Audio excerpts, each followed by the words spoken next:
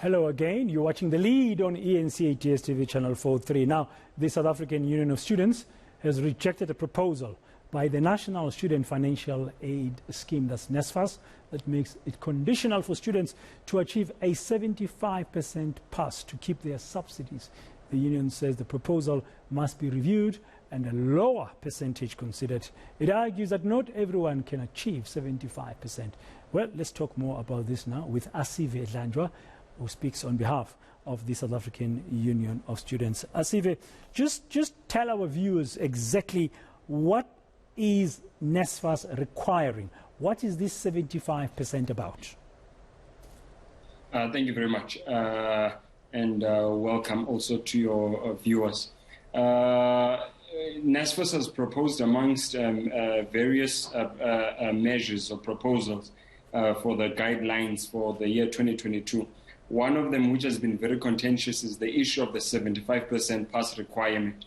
Now, what this is that one would have to pass 75% of their modules in order for them to qualify and retain their funding for the next year. So for an example, they are proposing that if you are doing 10 modules this year and you pass, you would have to pass at least 8 of those modules, which is 80%. For you to be able to retain your funding for the following year.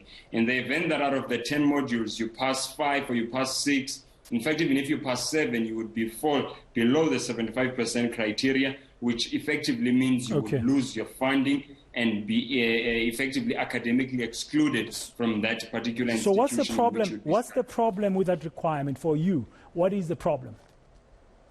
It's a huge problem. The first one is that despite the fact that it had always been 50%, is that majority of the students have not been able to meet that 75% requirement, not because they are intellectually handicapped, but because in education, as particularly in institutions of higher learning, there's a certain level of support that one must be able to receive for them to be able to perform adequately. As we speak right now, even before COVID, a point at which students would be able to meet 75%, would be able to pass 75% of their modules. Yeah. Majority of the students are not able to meet that because still in our sector and in our system, our institutions and government, they are not able to provide the necessary adequate support for students to be able to perform at their optimum level. Let me give you an example right now as we speak. Majority of the students have never seen their lecturer for the year 2021.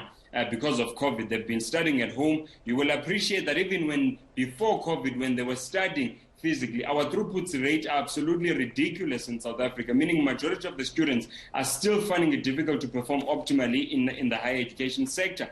Number one. Number two, many students up until today remain without the necessary gadgets for them to participate adequately in the academic project. Still today, many students still do not have the necessary data and infrastructure for them to be able to participate adequately in online learning. So all of these things put together, obviously, students are not going to be able to meet the necessary pass requirements. Okay. And then lastly... Lastly, yeah. I was going to say, lastly, institutions have what we call progression rules. So you would have to meet certain minimum standards for you to progress to the next part or the next year of your studies. Majority of them would be around 50%, of course, with many other issues such as residency period, prerequisite modules, and all of that. But the bottom line is that if you are in an institution and you pass 5 out of 10 modules, you would not be excluded. You'd be allowed to carry on to the following year. Now, how is it that government in public institutions says, if the institution has determined that you meet the minimum standards to carry on study, you are fit to finish your degree within the maximum prescribed period, why would then government cut you off when the institution itself has deemed you fit enough to carry on with your studies? Okay, so it's about they are saying you need to have passed 3/4 of your total modules. If you, as you said, you had 10 modules you were doing this year, you must pass 8 of those modules. It's not a 75% pass per module. It's just in totality. Now, what are you doing about it? What are you doing about it? You're talking to us. You are raising the alarm. You're rejecting this. You are engaging with NSFAS, I would gather? Yes, we have been engaging with NSFAS. In fact, on Monday, we organized a meeting between ourselves, NSFAS, and the SRCs for them to come and make this presentation. And it was rejected with the absolute contempt that it deserves. We are hoping that we'll be able to find each other with the NSFAS and DHET. But I must assure you, not because it's a threat, but because this is a promise. In the event that this rule stays, you can best be assured and guaranteed that not one single institution will open in South Africa starting the academic year of 2022. Because what this does, it excludes the poor, the marginalized, and the working class. Because it is them who do not have the adequate support for them to be able to meet these standards. And to our viewers who might think that we are advocating for failure and for students not to do well, no, this has nothing to do with academic excellence. This has to do with the fact that you would be excluding students.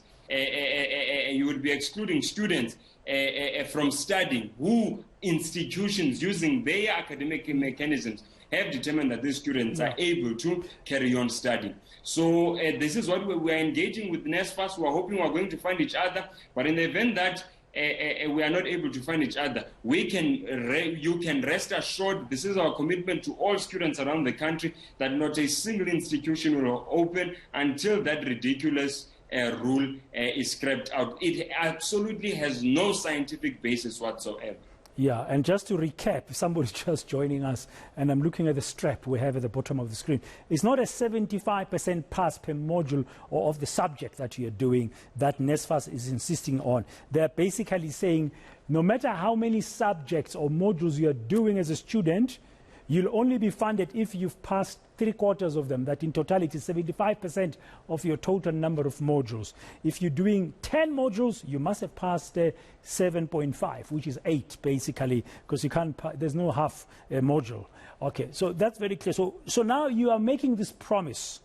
Have you given NSFAS some time to go back after your engagement where you say you rejected their proposal, using your words, with the contempt that it deserves, and you are promising that no tertiary institution will open for normal academic activity next year if this rule is not changed?